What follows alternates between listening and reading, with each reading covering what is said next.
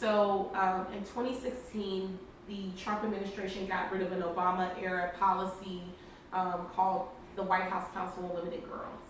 And this essentially was a federal council put together by Valerie Jarrett, Tina Chin, and Michelle Obama to force federal agencies to look at their policies through a gender lens. And he got rid of it. And then I thought to bring it back on the state level, but this time not as a commission or an executive order, but as a law. And the council would essentially advise the governor and any state lawmakers on any policies or statewide programming money that impacted women and girls in the state of Illinois.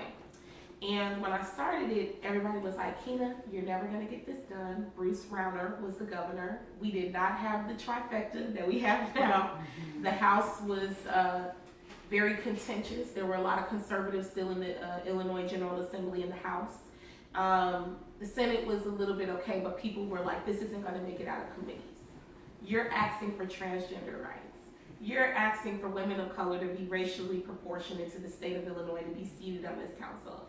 You're asking for the expansion of reproductive health care and education and that Illinois is a safe haven for abortion rights. Bruce Rauner's never gonna sign this. And I was like, I'm not asking him for his permission. He's going to sign this law. This is a midterm and we need to set the precedent.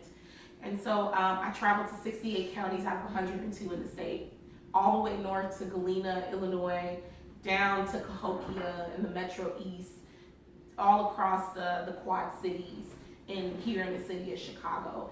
And whether it was a red district or a blue district, the women in the state said, we don't want to build taller walls, we want to build longer tables, and we want our voices heard, and we're going to back you. I'm like, are you sure? It says transgender rights in the bill. And, you know, these women said, the Republican women, conservative women said yes. You know, so what it showed was that we can push legislation and build coalition without watering down our progressive values, right? Because at the core of it, it was about humanity. And everybody was seeing how our humanity was being stripped in the state of Illinois, how social services were being knocked down, and how communities were being marginalized.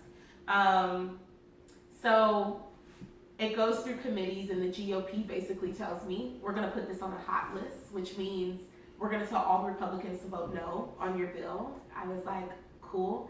And so I started getting pushback from Democrats and Republicans who supported the bill, who said, well, if we just take the transgender language out, then we'll get it passed. And, you know, I said not without a fight, because if our legislators want to vote in a transphobic way, let their record reflect that, but we shouldn't be watering down legislation in order to get that done. And so we kept it in. They rolled the dice and they kept it in just because I probably was being a thorn in their side about it, and the coalition was being a thorn in their side.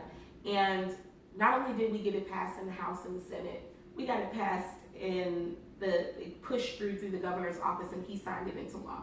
And it was passed in a bipartisan effort. And I like to tell that story because I think that in the times that we're in, people think it's impossible to get stuff done, and it's not. It's just sheer political courage to get it done, and that's what we need.